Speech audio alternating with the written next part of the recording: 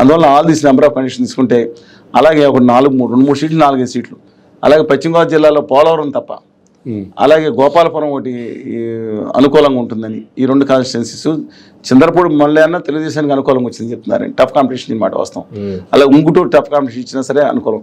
1-2 సీట్ల నుంచి మ్యాక్సిమం 3-4 సీట్లు. బెందులూరు అయితే టఫ్ కాంపిటీషన్ ఉంది. చంద్రబాబు నాయుడు గారు అక్కడ వాళ్ళ క్యాండిడేట్ని చాలా దారుణంగా చేశారు. చింతమనేని ప్రభాకర్ గారి యొక్క వ్యవహార శైలి ఎలా ఉన్నా సరే ఆయన పార్టీ కోసం నిబద్ధతగా నిలబడిన ఒక ఫుడ్ సోల్జర్ లాంటి వ్యక్తి. అతనే మొదలు నువ్వు వెళ్ళమని చెప్పి, ఆగిపోమని చెప్పి, యుద్ధం చేయమని, నువ్వు కామాండర్ అని మళ్ళీ ఆగిపోయి మళ్ళీ కత్తి ఇవ్వకుండా యుద్ధానికి వెళ్ళమని చెప్పి బీఫామ్ ఇవ్వకుండా నామినేషన్ తీసుకొచ్చి పురంధేశ్వరి గారు ఆడించిన దాంట్లో ఆయన ఎదురొడ్డి పోరాడిన పరిస్థితి అక్కడ టఫ్గా ఉందండి. అది చెప్తున్నాను మీకు. అందువల్ల మహా వస్తే అక్కడ వైఎస్ఆర్ కాంగ్రెస్ పార్టీ 1 నుంచి 4 స్థానాలు రావచ్చు. అందువల్ల అంటే ఈస్ట్ అండ్ వెస్ట్ గోదావరిలో అంటే సేఫ్ సైడ్ నేను వేసుకుని 20 స్థానాలు తక్కువ కాకుండా కూటమికి వచ్చేటట్టు.